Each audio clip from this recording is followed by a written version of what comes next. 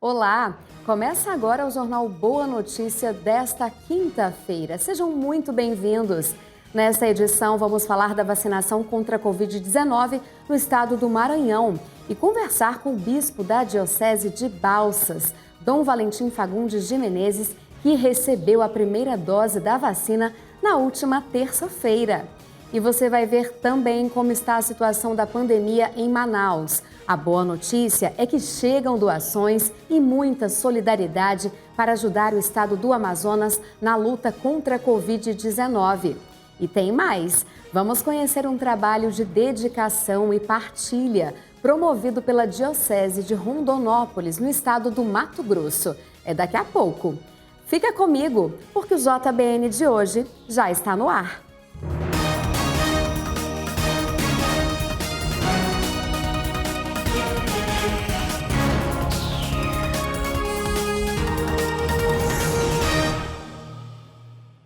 Eu começo essa edição agradecendo a você de todo o Brasil, a sua família, que fica aqui conosco acompanhando a programação da TV das Bênçãos do Pai. Nosso muito obrigada. E a gente começa falando que em 2020 a pandemia, a gente sabe, impactou diretamente comerciantes de todo o país, mas apesar disso, o ambiente de preocupação, incerteza, também deu espaço para a criatividade. A repórter Daiane Rodrigues conversou com alguns comerciantes e traz agora um balanço sobre as expectativas do comércio para este ano. Vamos ver. O setor de serviços registrou alta de 2,6% em novembro do ano passado. Foi o sexto mês consecutivo de crescimento. É o que aponta uma pesquisa do IBGE, Instituto Brasileiro de Geografia e Estatística. Apesar dos ganhos, ainda não foi possível recuperar as perdas de 19,6% entre fevereiro e maio, período que abrange o pico da pandemia. O comércio está aos poucos retornando à sua atividade normal, mas a recuperação realmente é algo que não será fácil, visto que o cliente que não consumiu, o cliente que não hospedou na hotelaria, no turismo, o cliente que não foi a um restaurante, ele não vai consumir dobrado nesse período agora. Porém, se comparado com novembro de 2019, houve queda de 4,8%. Os resultados, entretanto, foram melhores do que as expectativas. Infelizmente, o ano de 2020, para nós do comércio, é um ano perdido. Por quê? Porque nós perdemos o Dia das Mães, o Dia das Crianças, o faturamento do Dia dos Pais foi pífio, o Natal, que tinha uma expectativa maior, mal alcançou as mesmas vendas de 2019. Então, nós estamos agora num processo de recomeço e retomada. Nós queremos, mais do que aumentar faturamento, nós estamos preocupados em manter o que nós temos já conquistado. E a maior conquista que o comércio tem hoje é a oportunidade de trabalho. Enquanto muitos empresários precisaram fechar as portas, outros se reinventaram e conseguiram manter as vendas. E precisaram se adaptar às novas medidas de segurança. Nós nos adequamos às normas, às exigências básicas, álcool 70, limite mínimo de pessoas dentro da loja, aferição de temperatura na entrada de clientes e orientação básica, uso de máscaras. O ano foi desafiador, mas o uso das tecnologias foi fundamental para a empresária, que conseguiu, inclusive, aumentar as vendas. Nós aproveitamos a pandemia, tudo o que estava acontecendo, foi um ano desafiador e crescemos nesse ano tão difícil. Muitas pessoas fecharam as portas, então, consequentemente, o número de clientes aumentou para nós. Então, nós investimos no atendimento online, nas plataformas digitais, nas redes sociais, principalmente o WhatsApp e Instagram. E com esse saldo positivo, é claro que as perspectivas para 2021 são as melhores. Com certeza. A gente trabalha com cenário realista, mas nós somos muito otimistas. Estamos trabalhando com a capacidade de manter o que nós já temos, os nossos clientes, e também queremos crescer. O mercado fala que a produção têxtil vai aumentar em média 8% nesse ano de 2021. Então, a gente está bastante otimista. 19 das 27 unidades da federação apresentaram crescimento no volume de serviços em novembro de 2020. Entre elas estão São Paulo, Minas Gerais, Rio de Janeiro, além do Rio Grande do Sul, Pernambuco e Paraná. O maior motivo das dificuldades para o setor de serviços é o isolamento social, que ainda não permitiu voltar ao patamar antes da pandemia. Por isso, exemplos como o da Amanda, que se reinventou, é tão importante para se manter no momento. E que tal seguir algumas dicas para não fechar as portas do seu comércio? Primeira dica, em função da pandemia, respeito aos protocolos. Isso é uma questão que é inegociável. Uma segunda dica, né, é muita economia. Não é momento de grandes investimentos, não é momento de grandes expansões dos seus negócios, mas é um momento de administrar com muita parcimônia os recursos que tem. E investir sempre em inovação. A pandemia, se houve algo de bom nela, é a parte que nos toca na tecnologia. Nos ensinou e nos obrigou a trabalhar com reuniões virtuais, nos ensinou e obrigou a relacionarmos através da internet, seja um relacionamento comercial, ou seja, estamos aprendendo a vender mais pela internet e comprar, e também nos ensinou que o custo que tem um funcionário dentro da empresa. Então, é momento de muito cuidado para que nós possamos passar esse 2021, enfrentar o momento ainda da pandemia que existe. Ela está ainda à nossa porta, a vacina está chegando, será uma grande ferramenta para podermos ter mais tranquilidade nos nossos negócios, mas enquanto isso não acontece, precisamos todos nós tomar todos esses cuidados que eu citei aqui. É claro que o ano passado chegou ao fim como um dos mais desafiadores, mas este ano de 2021 traz expectativas bastante otimistas. Agora é colocar o pé no chão e seguir as orientações para dar adeus aos prejuízos. Tá aí, otimismo sempre. Ano tá só começando e ele vai ser melhor sim. A gente confia no nosso Pai Eterno. E agora uma notícia muito especial. O bispo da Diocese de Balsas, no Maranhão, Dom Valentim Fagundes de Menezes, recebeu a primeira dose da vacina contra a Covid-19 na última terça-feira, dia 19, no Lar São Vicente de Paula, no mesmo município. Junto com ele, também o padre Jorge Birk, do clero da Diocese, foi vacinado. As primeiras doses da vacina chegaram ao município maranhense e logo foi iniciada a imunização. E nós vamos conversar agora com Dom Valentim para ele partilhar conosco o sentimento deste momento. Dom Valentim, muito obrigada pela sua participação aqui, mesmo que de forma remota. Muito obrigada, prazer falar com o senhor, é uma alegria. Eu gostaria que o senhor começasse falando desse sentimento. Divide com a gente qual que é o sentimento de ser vacinado aí nessa primeira etapa contra a Covid-19. Boa tarde a todos. Alegrai-vos sempre no Senhor. O sentimento de gratidão a Deus, né? De alegria e gratidão, porque cada vez mais que a ciência avança, maior se manifesta a grandeza do nosso Deus.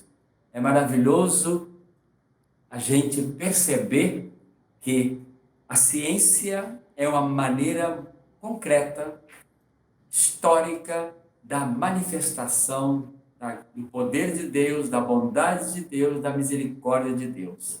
Então, esse sentimento profundo de alegria, porque num tempo recorde, como nós podemos acompanhar na história da humanidade, uma vacina chega para vencer o mal.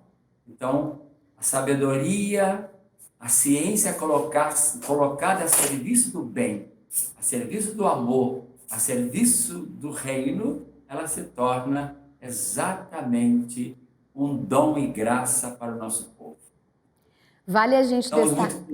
Sim, pode concluir, perdão, interromper o senhor.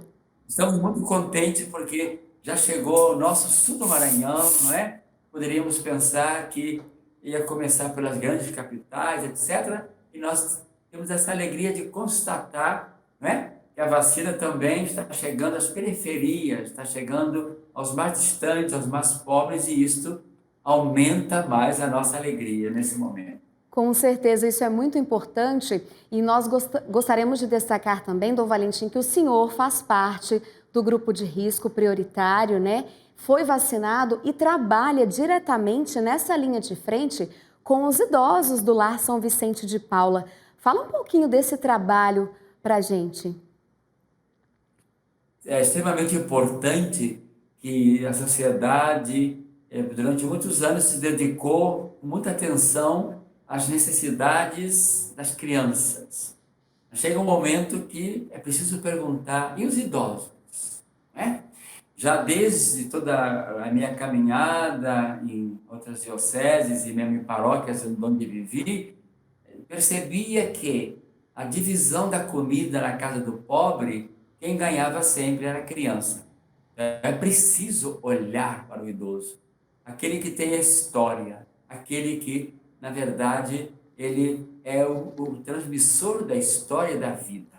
Por isso, criar o Lar São Vicente de Paula é para pôr atenção àqueles idosos que estão abandonados pela família, aqueles que não foram cuidados. Por isso, nosso lar tem essa atenção específica para que o idoso possa ter o resto que lhe toca da vida seja um resto saudável, um resto bom, que ele possa saborear a sua velhice com alegria e com dignidade.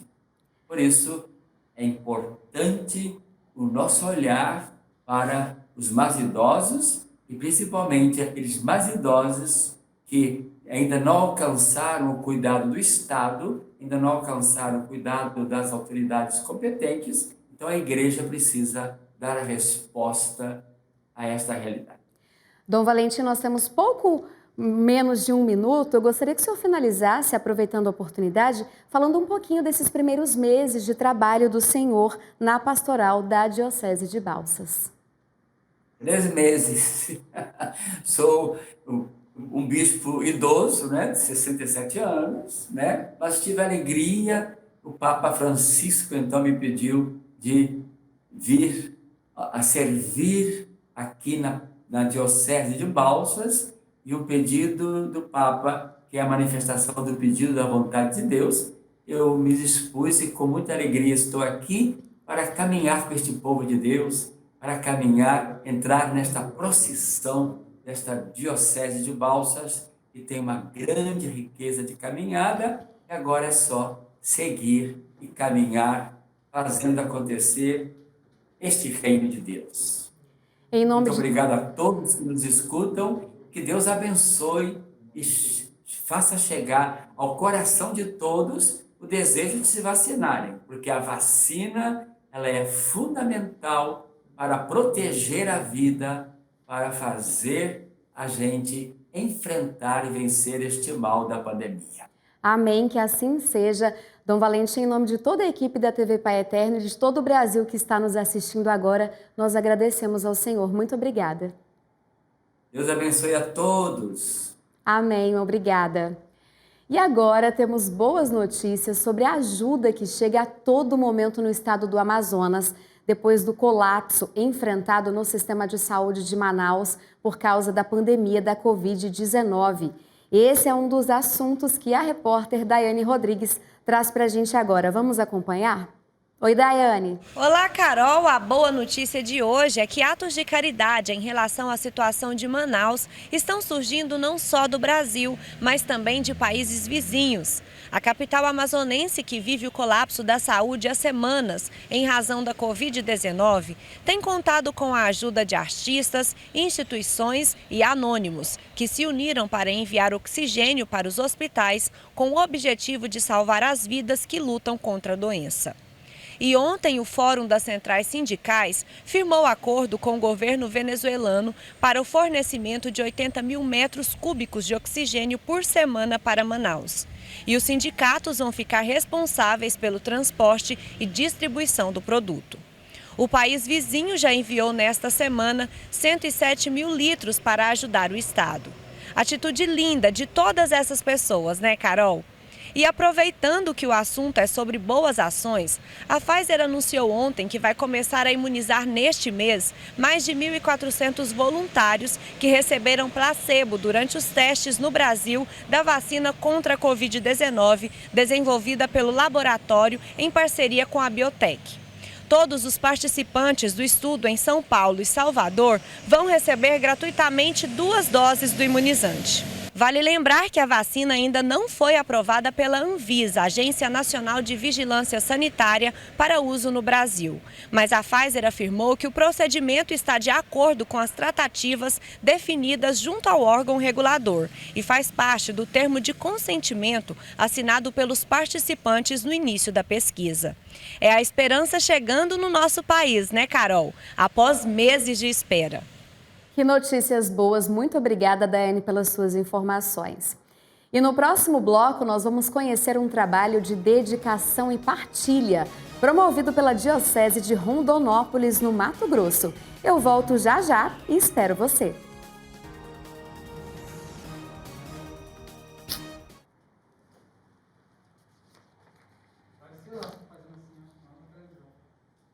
Que apareceu?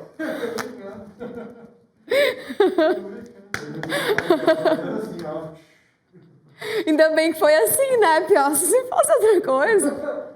Lembra uma vez que você fez assim? Foi? Foi. É verdade. Nossa, o bispo animado, né? Super animado ele. Gostei de entrevistar ele. Alegre. Gente, tô com um chifrinho aqui.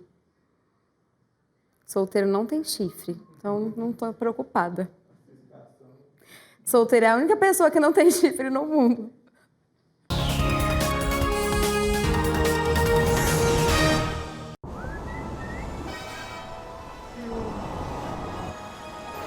Oi para você que está aqui na Rede Pai Eterno.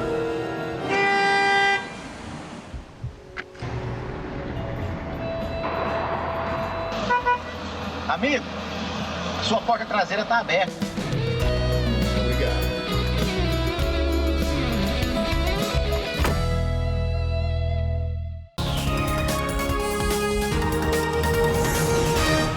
Estamos de volta com o seu jornal Boa Notícia. Agradeço pela sua companhia junto com a gente aqui na TV Pai Eterno.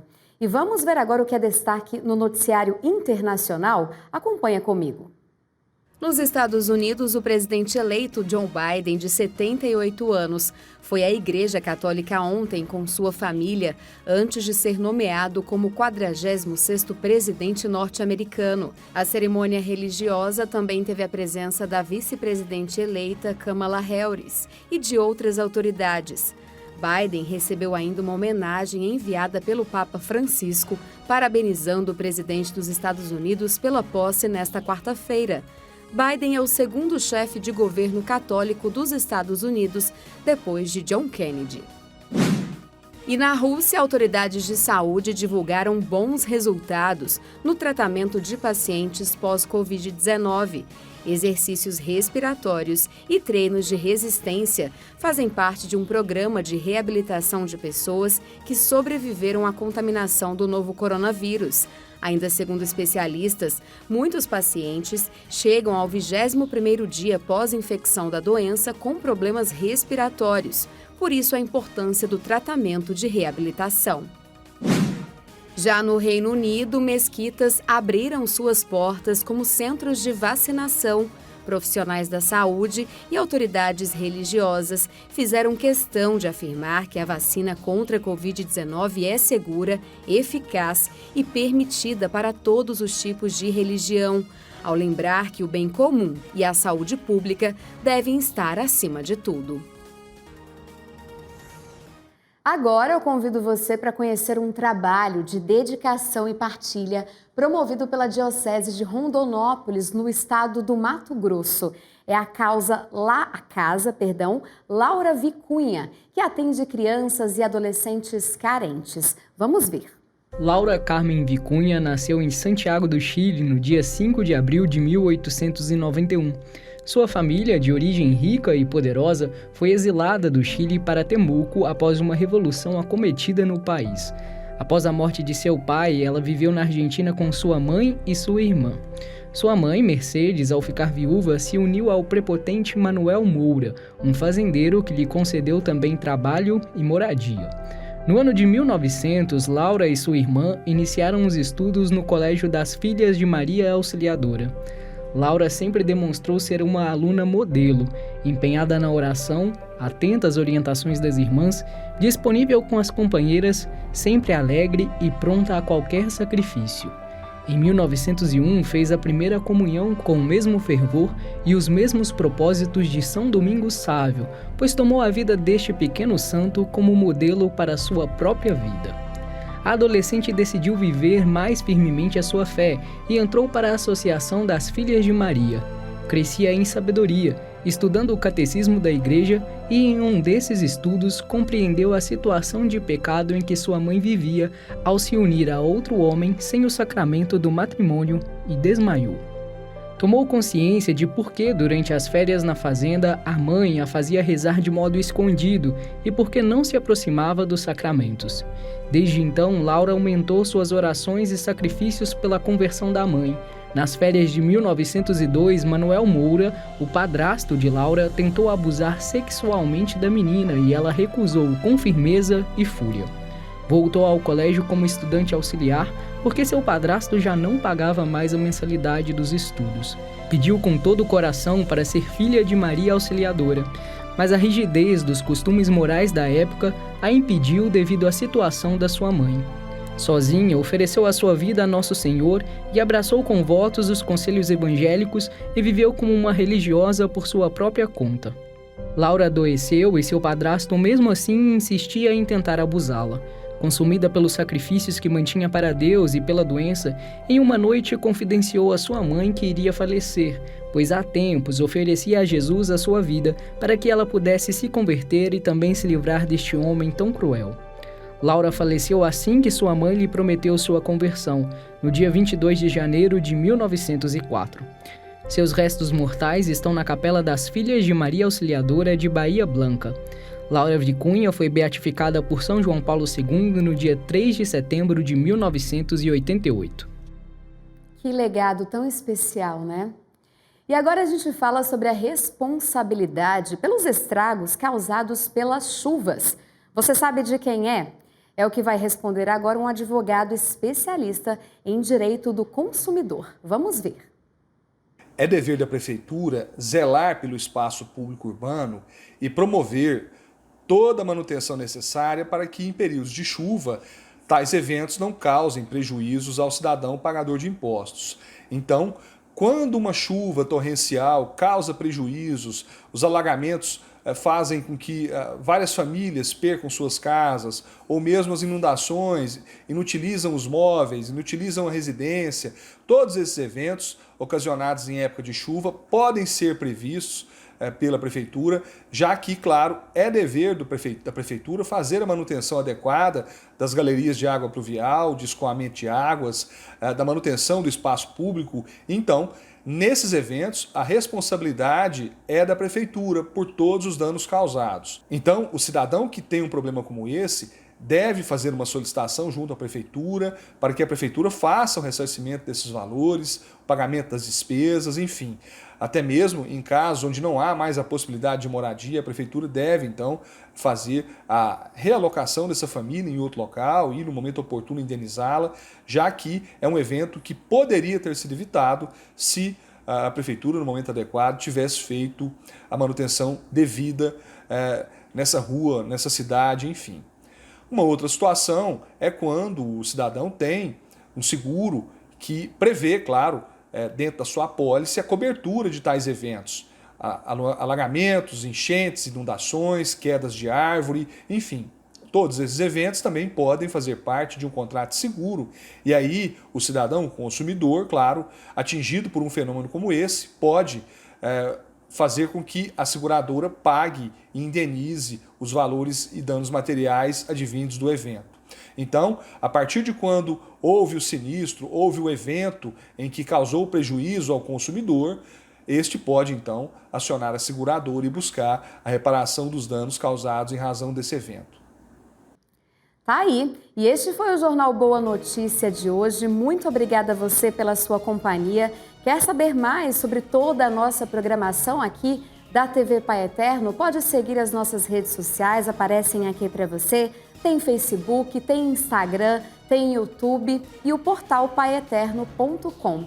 Fica com Deus, se cuida. Até amanhã nesse mesmo horário, se assim Deus quiser. Obrigada.